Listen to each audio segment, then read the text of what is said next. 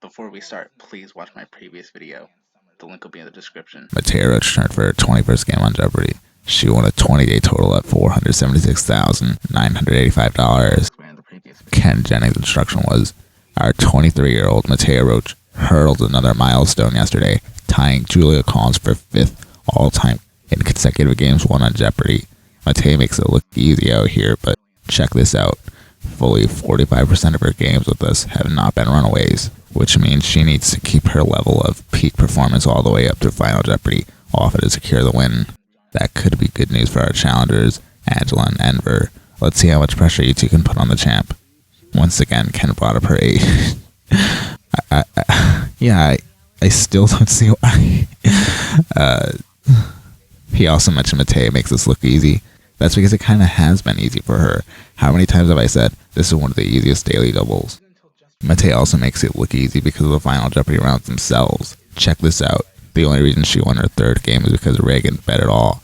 Had she risked more conservatively, that would have been the end for Mattea. On her 10th game, she answered wrong, and Caitlin bet conservatively.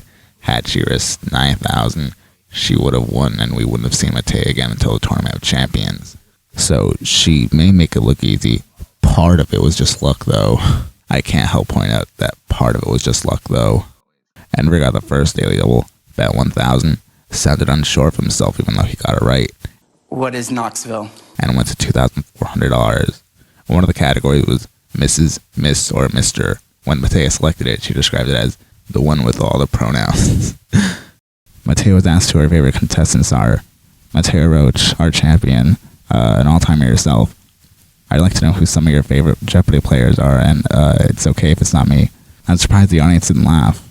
Mattea answered, that's having been a 20-day champion, so I was thinking, this is a big game to win yesterday because Julia Collins, of course, was like the iconic Jeopardy female player for such a long time, and I was preparing to come on the show.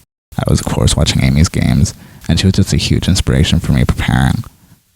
I do not think I'm nearly as good as her. I think she's going to kick my butt in the Tournament of Champions. Ken and the audience laugh, but I really look forward to hopefully getting that opportunity. Ken concluded by telling her, you will all meet, and, you could do worse than playing like Amy Schneider. That's good tape to look at. Mattea added, I could do a lot worse than that, as Ken concluded. It's really strange that Julia Collins held the record for the second most games won at one point. That record has been beaten 3 times in the past 3 years, 2 of which happened this season. If Mattea wins tonight, that will be 3 times this season, which I'm sure Ken will mention in tomorrow's preamble. Mattea also mentioned Amy would kick her butt. Did Mattea survive 3 scares last week and only won by $1 on one of them?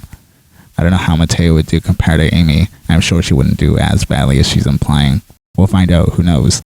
Enver entered the first round winning $6,600. Angela was in third place at $200, and Mattea was in the lead at $7,800. Mattea got the first daily double, wagered $2,000, and it was one of the easiest daily doubles. Once again, as I already pointed out in the intro that I said it a lot of times, this Native American language is the 3rd most commonly spoken one in both Arizona and New Mexico. What is Navajo? That took her to $10,600. Think of the name Ho, its leader, to get the name of this organization that fought the French in Indochina in the 1940s. Mattea answered, what is Chi-Minh? And immediately regretted it by adding, no. Enver buzzed and answered, who are the Viet Cong? Which is also incorrect. After Ken told them they each had half of the correct response, which was Viet Minh, Mattea said, we need to be a team. In a Kafka novella, the charwoman said to him, come along then, you old dung beetle.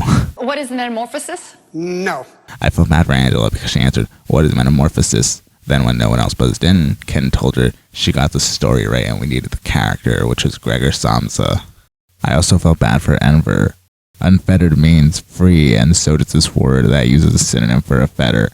Enver buzzed in and answered, what is unchained? Then blanked out when Ken asked him to be more specific.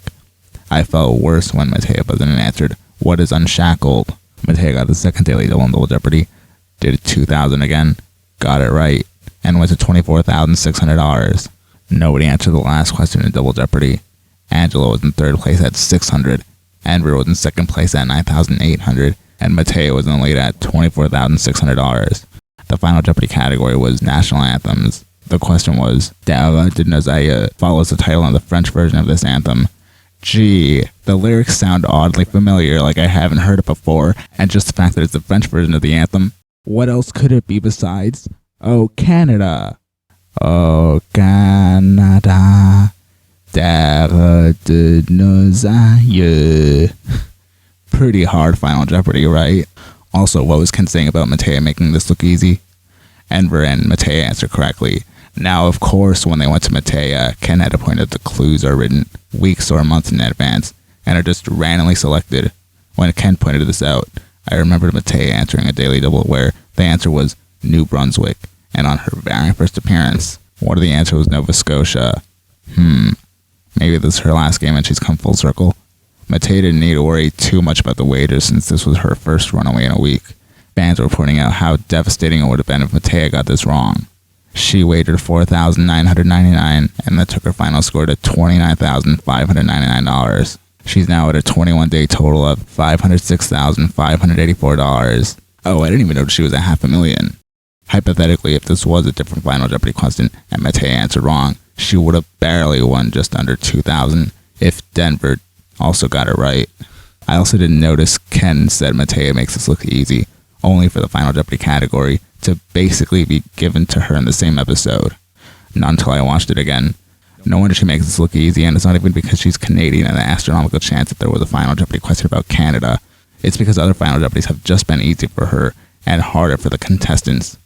Plus all those easy daily doubles that she got correct. I still can't believe how easy this Final Jeopardy question was. Let's see how she does tomorrow.